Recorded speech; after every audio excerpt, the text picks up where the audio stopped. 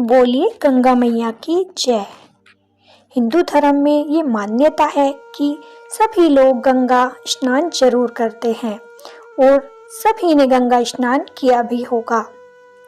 गंगा स्नान करना बहुत अच्छा माना जाता है और कार्तिक मास की पूर्णिमा को जो गंगा स्नान किया जाता है वो तो बहुत ही ज़्यादा शुभ होता है।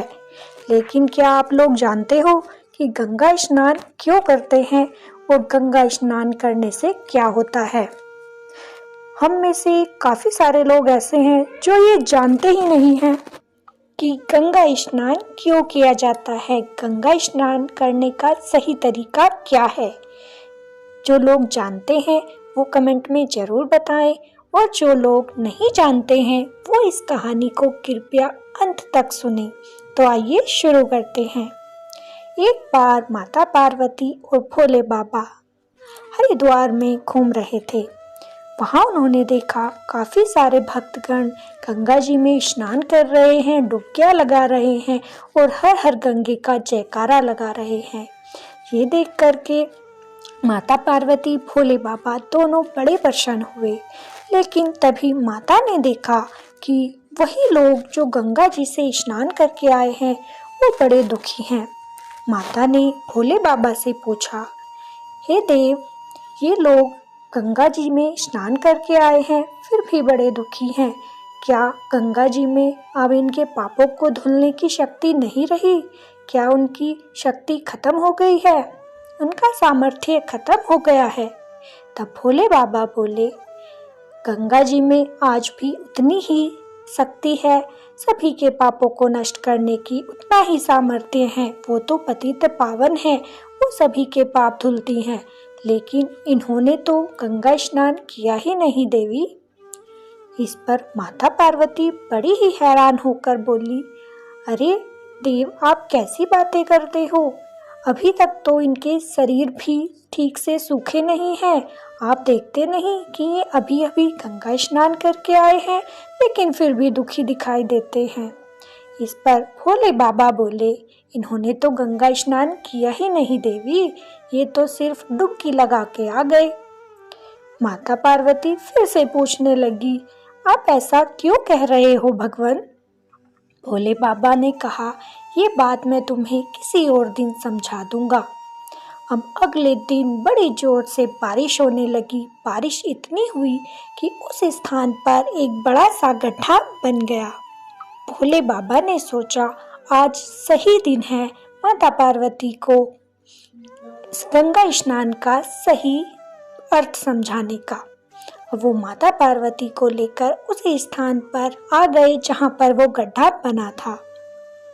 भोले बाबा ने अपना रूप और माता पार्वती का रूप एक साधारण मानव और स्त्री जैसा बना लिया और बोले कि हे देवी, मैं इस गड्ढे में गिर जाऊंगा और यहाँ से जो कोई भी गुजरे तुम उनसे सहायता की गुहार लगाना, कहना कि मेरे पति को इस गड्ढे से निकाल दो, ये बहुत ज़्यादा लाचार हैं और इस गड्ढे से नहीं निकल पा रहे हैं। अगर किसी ने तुम्हारी सहायता करनी चाही तो तुम उसे एक बात और कह देना कि अगर तुमने कोई पाप नहीं किया है, तुम निष्पाप हो, तभी मेरे पति को हाथ लगाना, क्योंकि मेरे पति ने कोई भी पाप नहीं किया है।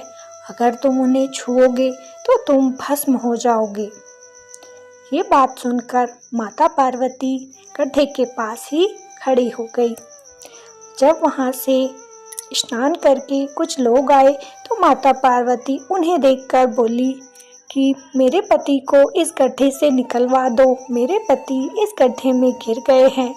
कुछ लोग तो बिना सहायता किए ही वहाँ से निकल गए, लेकिन कुछ लोग आए और सहायता करनी चाहिए। तो माता पार्वती ने कहा, अगर तुम निष्पाप हो तो ही मेरे पति को हाथ लगाना, नहीं तो तुम भस्म हो जाओगे।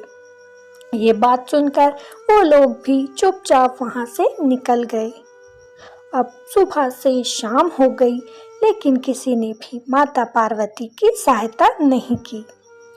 अब माता पार्वती बोली, हे देव, यहाँ तो कोई भी नहीं रुकता। अगर कोई रुकता है तो वो इस डर से वापस चला जाता है कि वो कहीं भस्म ना हो जाए। तभी उन्होंने एक नौजवान को वहां से आते देखा। भोले बाबा बोले, जाओ जाओ, इसे रोको। अब माता ने उसे भी रोका और बोली, बेटा, मेरे पति इस गड्ढे में गिर गए हैं, क्या तुम निकलवा दोगे? लड़के ने बड़े ही अच्छे मन से कहा, हाँ मैया, मैं निकलवा दूंगा, चलो। जैसे ही वो लड़का उन्हें निकालने लगा, तभी माता ने कहा, हे पुत्र, तुम इन्हें एक ही शर्त पर निकाल सकते हो। अगर तुम निष्पाप हो, तुमने कोई पाप नहीं किया, तो ही मेरे पति को हाथ लगाना, नहीं तो तुम भस्म हो जाओगे। लड़का बोला, अरे माता, क्या तुम देखती नहीं हो कि मैं अभी अभी गंगा स्नान करके आ रहा हूँ, तो पाप होने का तो सवाल ही पैदा नहीं होता। अगर मैंने गलती से कोई पाप किया भी था, तो गंगा स्नान करने के बाद सारे पाप धुल जाते हैं और अब मैं पाप मुक्त हूँ, तो मैं इन्हें आराम से निकाल सकता हूँ, तुम चिंता ना करो। अब उस लड़के ने भोले बाबा को उस गड्ढे से निकाल दिया। ये देख कर के भोले बाबा और माता पार्वती अपने असली रूप में आ गए और लड़के को दर्शन दिए और बोले कि बेटा, बस एक हजारों लाखों लोगों में एक तुम ही ने सच्चा स्नान किया है, गंगा स्नान किया है। क्योंकि जिस इंसान को ये विश्वास होता है कि मेरे गंगा में स्नान करने से मेरे सभी पाप नष्ट हो जाएंगे और मेरा शरीर पवित्र हो जाएगा, असल में वही सच्चा स्नान करने वाला भक्त होता है। तो जो कोई भी व्यक्ति गंगा जी में स्नान करने जाता है, उसके मन में ये विश्वास जरूर होना चाहिए कि मेरे गंगा जी में स्नान करने से मेरे सारे पाप धुल जाएंगे। अगर आपको हमारी ये वीडियो अच्छी लगी हो तो एक लाइक और एक कमेंट जरूर कीजिएगा। फिर मिलेंगे। बोलिए गंगा मैया की जय।